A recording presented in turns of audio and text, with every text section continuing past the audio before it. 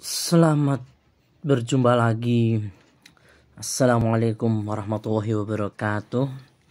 Kembali lagi di channel saya, TPA Media Channel, yang akan mengupas tuntas seputar materi teknis pendidikan agama Islam untuk persiapan tes P3K di tahap-tahap berikutnya.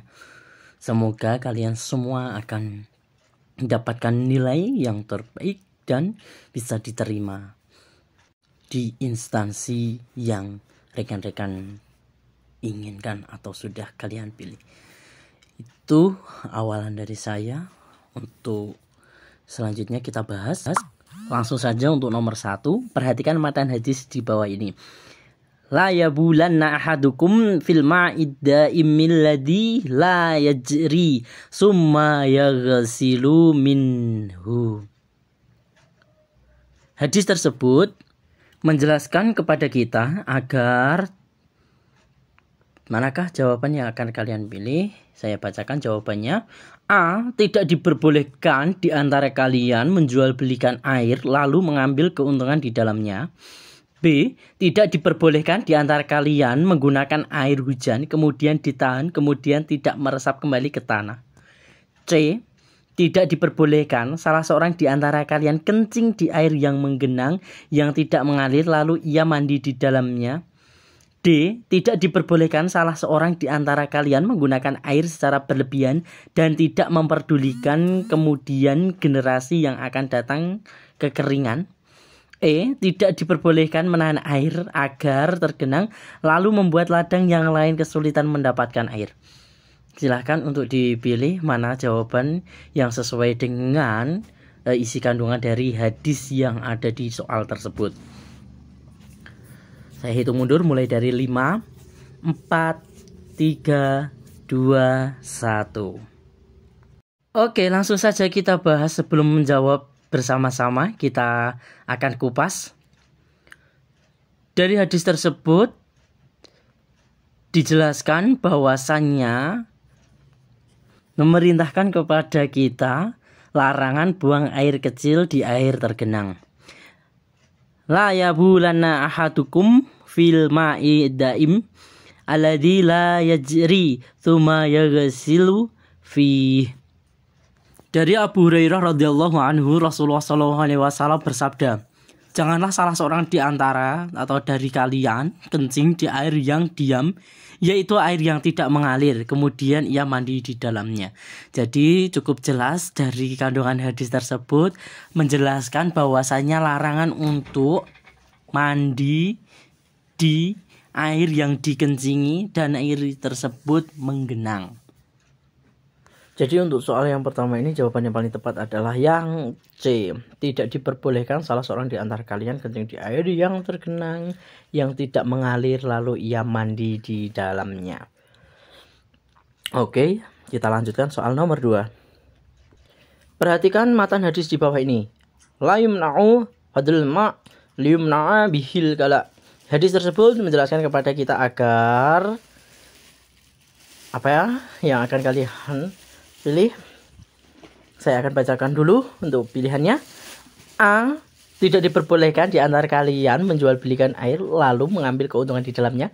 B. Tidak diperbolehkan di antara kalian menggunakan air hujan kemudian ditahan kemudian tidak meresap kembali ke tanah.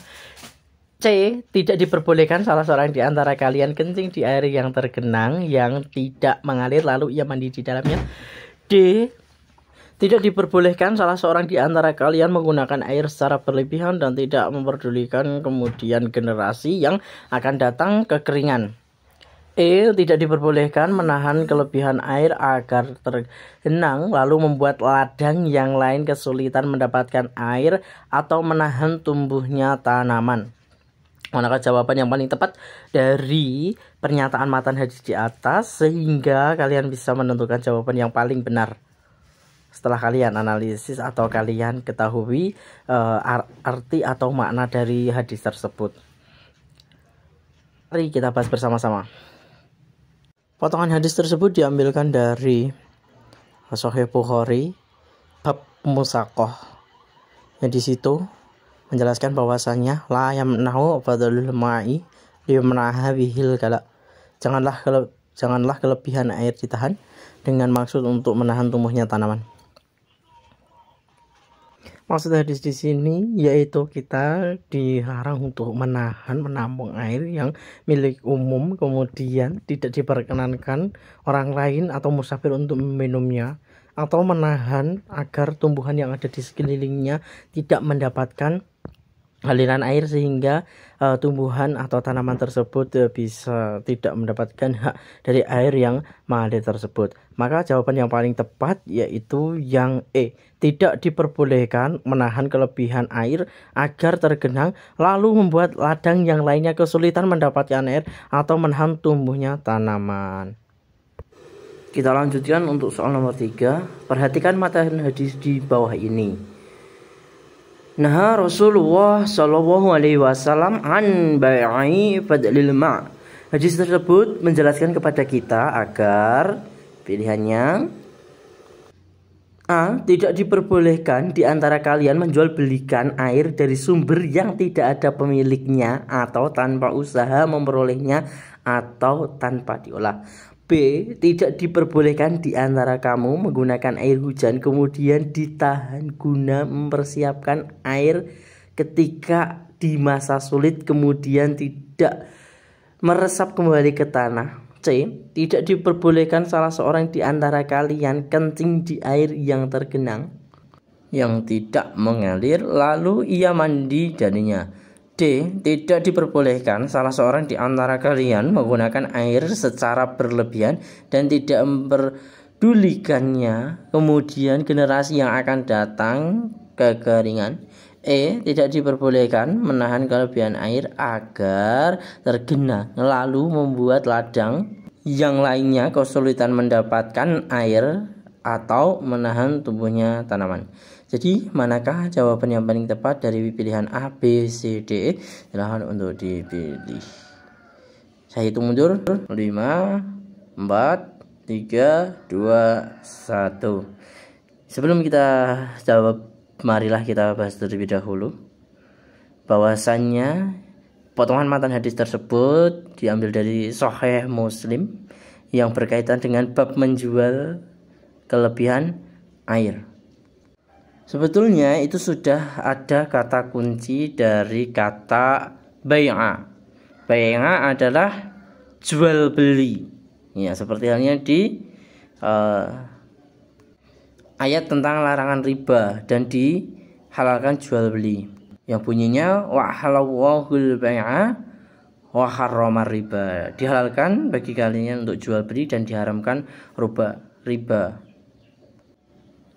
Dari situ bai'a adalah jual beli. Jadi tinggal dicari jawaban mana yang ada kata jual belinya. Nah, dari ayat tersebut atau hadis tersebut itu memiliki makna bahwasanya Rasulullah SAW melarang untuk menjual kelebihan air.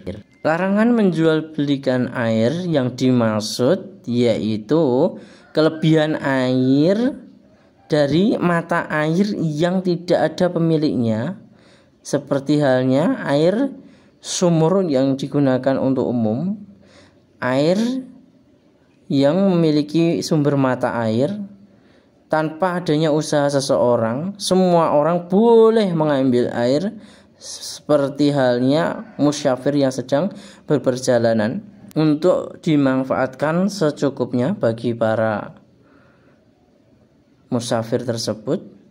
Akan tetapi kalau sudah ada usaha untuk dimasukkan ke dalam wadah kemudian dijual, itu diperbolehkan. Seperti halnya ketika orang yang menimba air kemudian airnya dijual kepada orang lain karena dia sudah ada usaha untuk menimba air tersebut, atau air yang ada di dalam kemasan seperti halnya air botol yang sudah dikemas. Dengan demikian jawaban yang paling tepat terkait dengan soal ini adalah yang A. Tidak diperbolehkan di antara kalian menjual belikan kelebihan air dari sumber yang tidak ada pemiliknya atau tanpa usaha memperolehnya atau tanpa diolah. terlebih dahulu. Sehingga cukup jelas jawabannya yang A. Tinggal dari soal ini itu membutuhkan analisis. Soal nomor 4. Ciprili adalah seorang gadis yang baru menginjak usia dewasa. Setiap aktivitas yang dia lakukan selalu diupload ke akun media sosialnya, termasuk barang-barang yang berharga miliknya dan kekayaan yang dimiliki oleh orang tuanya dengan maksud agar orang lain kagum dengan dirinya. Bahkan suatu ketika dia selfie dan live streaming melaksanakan sholat duhur dengan maksud untuk memamerkan ibadahnya agar dilihat oleh para netizen di media sosialnya. Perbuatan yang dilakukan oleh Ciprili hanya mendatangkan amalan yang sia-sia belaka di mata Allah Subhanahu wa Ta'ala, dan perbuatan tersebut menunjukkan perbuatan syirik. Pilihan jawabannya ada A. Tatoyur, B. Khafi, C. Akbar, D. Kurofat, E. Zahir.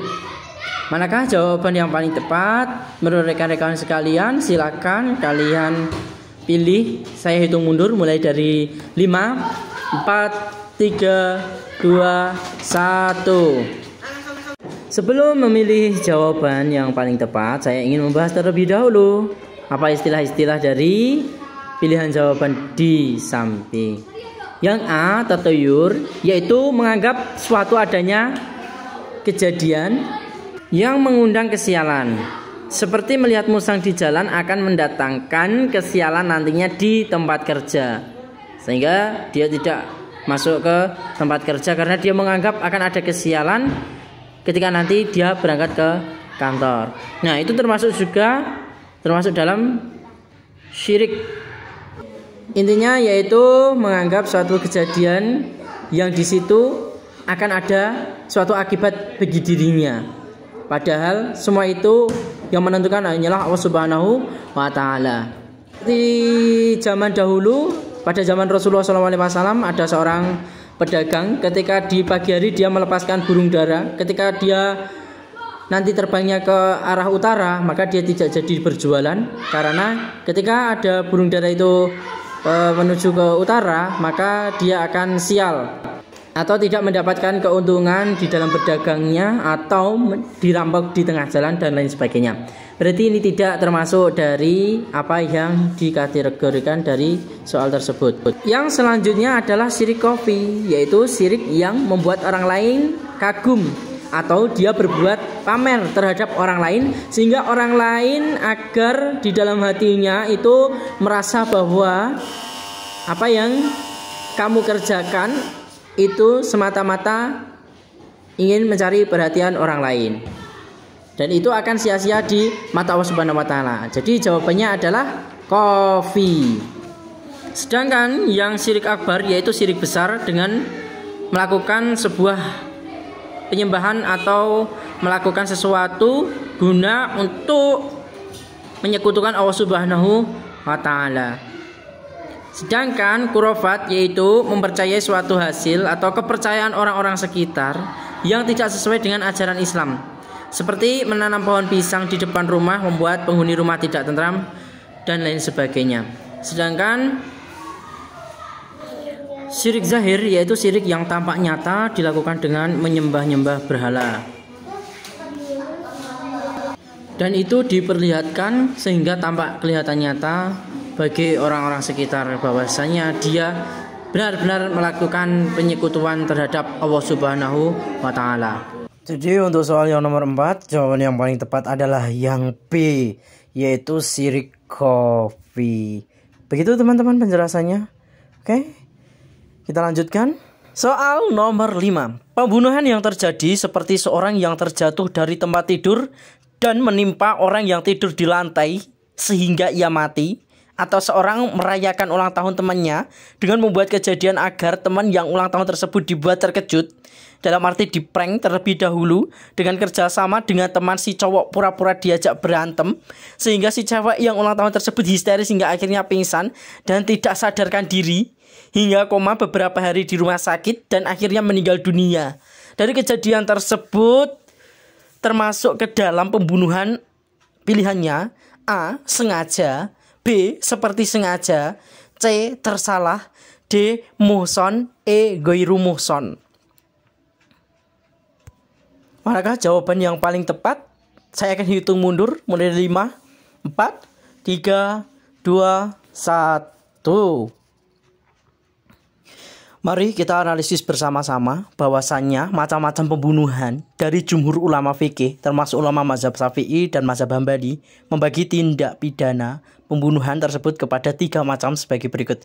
1. Pembunuhan sengaja, yaitu suatu pembunuhan yang disengaja dibarengi dengan rasa permusuhan dengan menggunakan alat yang biasanya dapat menghilangkan nyawa, baik secara langsung maupun tidak, seperti menggunakan senjata, kayu atau batu besar, atau melukai seseorang yang berakibat pada kematian. Itu yang dinamakan dengan pembunuhan sengaja. Sedangkan yang nomor 2, yaitu pembunuhan semi sengaja atau pembunuhan seperti sengaja, yaitu suatu pembunuhan yang disengaja dibarengi dengan rasa permusuhan tetapi dengan menggunakan alat yang biasanya tidak mematikan, seperti memukul atau melempar seseorang dengan batu kerikil atau dengan tongkat atau kayu kecil. Namun pembunuhan semi sengaja ini yaitu pembunuhan yang disengaja. Sedangkan yang nomor 3 yaitu pembunuhan tersalah, yaitu suatu pembunuhan yang terjadi bukan dengan sengaja, tetapi seseorang yang terjatuh dari tempat tidur dan menimpa seorang yang tidur di lantai sehingga ia mati, atau seorang melempar buah di atas pohon, ternyata batu lemparan itu meleset dan mengenai seseorang yang mengakibatkan tewasnya seseorang.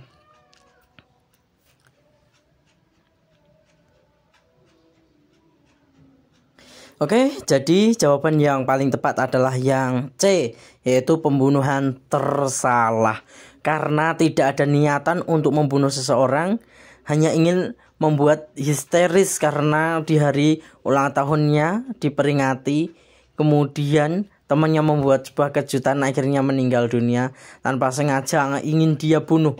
Itu termasuk juga pembunuhan tersalah.